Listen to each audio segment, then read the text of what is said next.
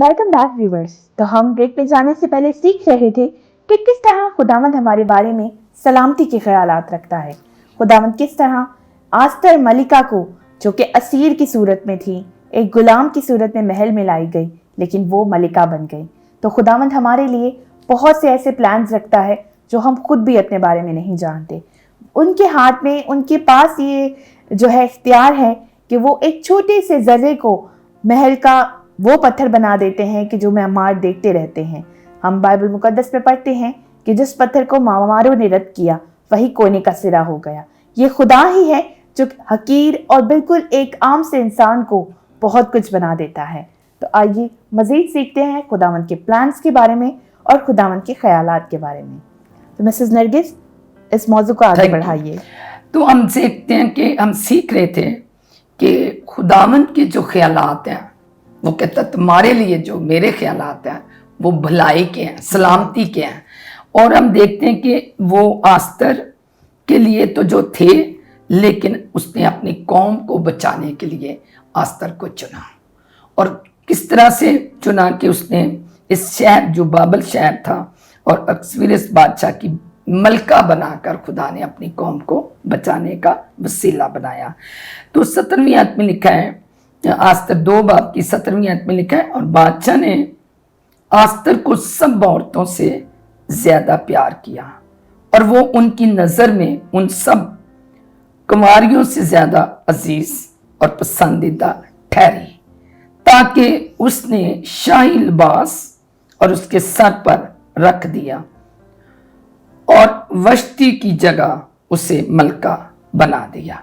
तो हम देख सकते हैं कि ये फिर बाद में उन्होंने ज़ियाफत भी की, बहुत जश्न मनाया गया और बड़ी इज्जत दी गई। हम देख सकते हैं कि ये बादशाह के नज़र में मकबूल ठहरी। बिन बुलाए जाना खतरे से खाली नहीं था, लेकिन इस बेटी ने, इस जो सूरमा थी बनी इसराइल को, यहूदी कौम को बचाने वाली, उसने 3 रोज़ों के साथ जुरत करके किस तरह से रोज़े रखवाए, खुद भी, यहाँ तक कि गैर कौम की लड़कियां कनीज उनके साथ थी, उनको भी कहती कि मैं और मेरी सहेलियां रोज़े रखेंगे और तुमने भी रखनी है। हम इसकी बहादुरी और इसकी दलेरी पर जब गौर करते हैं तो सच में हमें पता चलता है कि एक अगर लड़की अपनी कौम को बचा सकती है तो कभी कभी हम ख़ानदान में होते हुए अपने ख़ानदान नहीं बचा सकते। तो हमें जुर्रत करनी है कि जब खुदा का कलाम हमें रोज़े के बारे में कहता है, खुदावंद के साथ जुड़े रहने के, बल्कि नेक अंजाम तक पहुंचाएंगे, तो कुछ हमें भी फिक्र करनी कि हमने किस तरह से खुदा तक, तो उसने उस वफादारी को, जो उसके भाई की वफादारी थी उसके साथ, उसको फॉलो किया उसने, और वो बात जिस तरह वो कहता गया, उनको गाइड करता गया, वो उसको करती जाती है। और लिखा है जब उसने ऐसी फरमाबरदारी की और फिर बिन बुलाए बादशाह के महल में पहुंच गई तो उसके सामने आसा उठाया गया, और जिसके सामने, जैसे दाऊद कहता है ना, तेरे आसा और तेरी लाठी से मुझे क्या है, तसल्ली हो जाती है। जब हम खुदावंद के हजूर में चले जाते हैं दिलेरी के साथ, ईमान के साथ, भरोसे के साथ, तो खुदावंद जो है वो उसके आसे से हमें क्या मिल जाती है, तसल्ली मिल जाती है, भरोसा मिल जाता है। तो हम देखते हैं जैसे इमसाल की किताब 3 बाब की 4 आयत में लिखा है, यूं तू खुदावंद और इंसान की नजर में क्या होगा, मकबूल ठहरेगा। हम देखते हैं कि जैसे आस्तर बादशाह की नजर में मकबूल ठहरी, इज्जत मिली, शोहरत मिली, वो मकाम मिला, कहाँ असीर लड़की और कहाँ वो मलका बन गई, और किस तरह से। और मकाशवा और उसका 2 बाब उसकी 10वीं आयत में लिखा हुआ है, जान देने तक वफादार रहे तो मैं तुझे जिंदगी का ताज दूंगा। हमने देखा कि आस्तर जान देने तक वफादार रही। उसने क्या ऐलान किया था कि मेरे लिए दुआ करो, मैं 3 दिन के बाद बादशाह के हुजूर जाऊंगी, अगर मैं जीती रही तो ठीक है, नहीं तो मारी गई तो कोई बात नहीं है।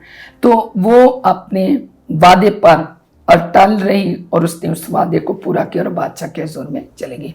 आज भी जो लोग खुदावंद के साथ चलते हैं, खुदा उनकी इज्जत को क्या करता है, बढ़ाता है।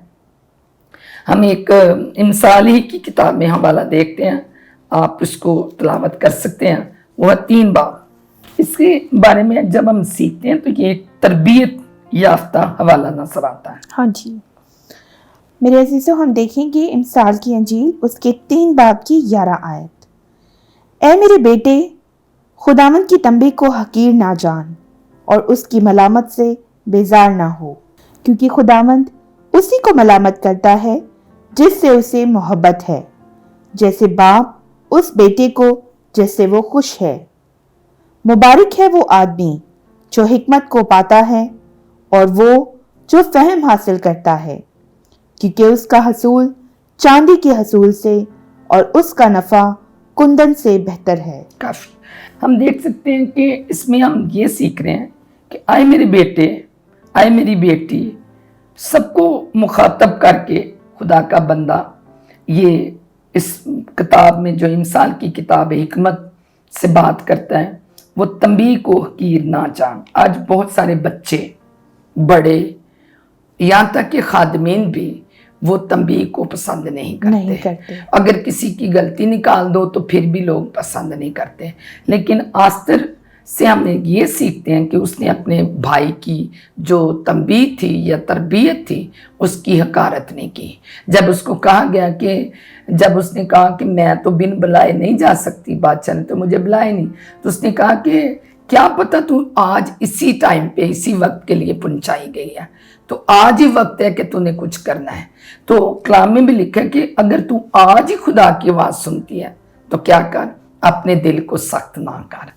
تو ایک وقت ہوتا ہے کہ جب ہم خدا کے پلان کو اپنی زندگی میں پورا کرنے کا موقع خدا دیتا ہے، جب اس کو ٹال دیتے ہیں تو وہ پھر وقت جو ہاتھ سے چلا جاتا، پھر بعد میں پچھتانا پڑتا ہے۔ اور کبھی کبھی یہی ہماری بچوں کی حالت ہوتی ہے کہ جو بچے نئی تربیت کو قبول کرتے، اس کی نہیں سنتے، تو ان کو نقصان اٹھانا پڑتا ہے اور وہ بعد میں پھر بچے خوش نہیں ہوتے۔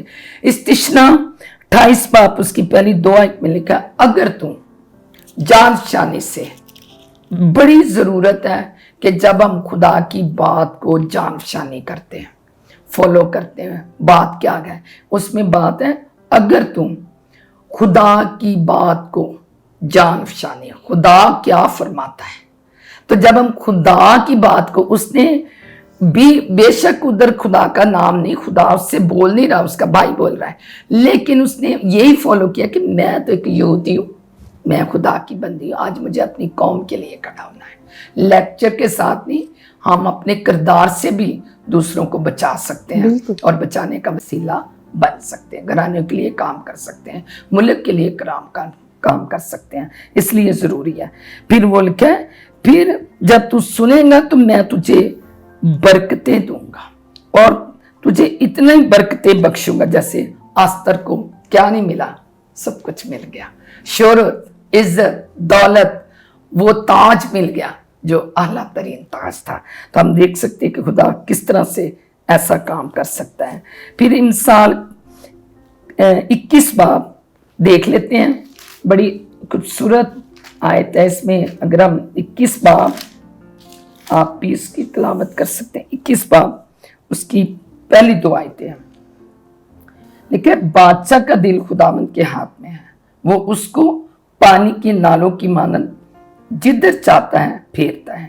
انسان کی ہر روش اس کی نظر میں راست ہے، پر خداوند دلوں کو جانتا ہے۔ ہم دیکھتے ہیں کہ جو بادشاہ ہے وہ بھی تابع ہو جاتا ہے خدا کے، لیکن سب سے زیادہ جو بات ہے وہ انسان کے دل پر خیال لکھا ہے، میں تمہارے خیالات جانتا ہوں، سلامتی کے خیالات جانتا ہے۔ تو آج میں اور آپ نے بھی اسی طرح سے خداوند کے لیے کام کرنا ہے کہ وہ سلامتی کے خیالات کون سے خیالات ہیں جو ہم خدا میرے بارے میں جانتا ہے۔ کبھی کبھی ہم اپنی فکر خود ہی کرتے رہتے ہیں، میں پڑھ لوں گا تو یہ ہو جاؤں گا، اور بڑے ہو جاؤں گا تو میں یہ ٹریننگ کر لوں گا تو میں یہ کامیابی حاصل کر لوں گا، پھر میں اپنے بچوں کو یا اپنے خاندان کو اٹھا کھڑا کروں گا، لیکن اسی درمیان میں پتہ نہیں کیا ہونے والا ہے۔ ہم انتظار کرتے، لیکن جب ہم اپنے آپ کو خداوند کے خیالوں میں دے دیں گے تو خدا بہتر طور سے ہمارے لیے काम बना सकता है। बिल्कुल मैम, ठीक है। बड़ी खूबसूरती से आपने हमारे लिए आज के उन्वान को पेश किया और हमें ये बताया कि किस तरह खुदा हमारे बारे में हमसे ज़्यादा बेहतर सोचता है और वो वक्त मुकर्रर पर वो तमाम चीज़ें हमें मुहैया कर देता है जिन चीज़ों की हमें ज़रूरत होती है। मेरे अजीज़ों, आज हमने सीखा कि किस तरह खुदावंद खुदा हमारे बारे में सलामती के ख्यालात रखता है, भलाई के ख्यालात रखता है। हम बहुत सारे मंसूबे बनाते हैं, लेकिन जब तक उन मंसूबों में खुदावंद की मर्जी ना हो तो कोई भी मंसूबा पूरा नहीं हो सकता। खुदावंद हमसे ज़्यादा बेहतर जानते हैं कि हमें किन चीज़ों के मुश्ताक हैं, हमें किन चीज़ों की ज़रूरत है। वो वक्त मुकर्रर पर हमें वो तमाम चीज़ें अता कर देते हैं जिनकी हमें ज़रूरत होती है। वो हमसे बेहतर प्लान्स बनाते हैं क्योंकि वो हमारी ज़िंदगी में क्या होना है, कब होना है, हमसे ज़्यादा बेहतर जानते हैं। मेरे अजीज़ों, इसी के साथ मैं आपसे चाहूँगी इजाज़त। मैं मिलूँगी आपको एक नए प्रोग्राम में कुछ नए मेहमानों के साथ। तब तक के लिए अपनी होस्ट सोनिया एंड्रूज को दीजिए इजाज़त। देखते रहें हमारा प्रोग्राम ख़वातीन बाइबल होशियाना टीवी के संग। God bless you all.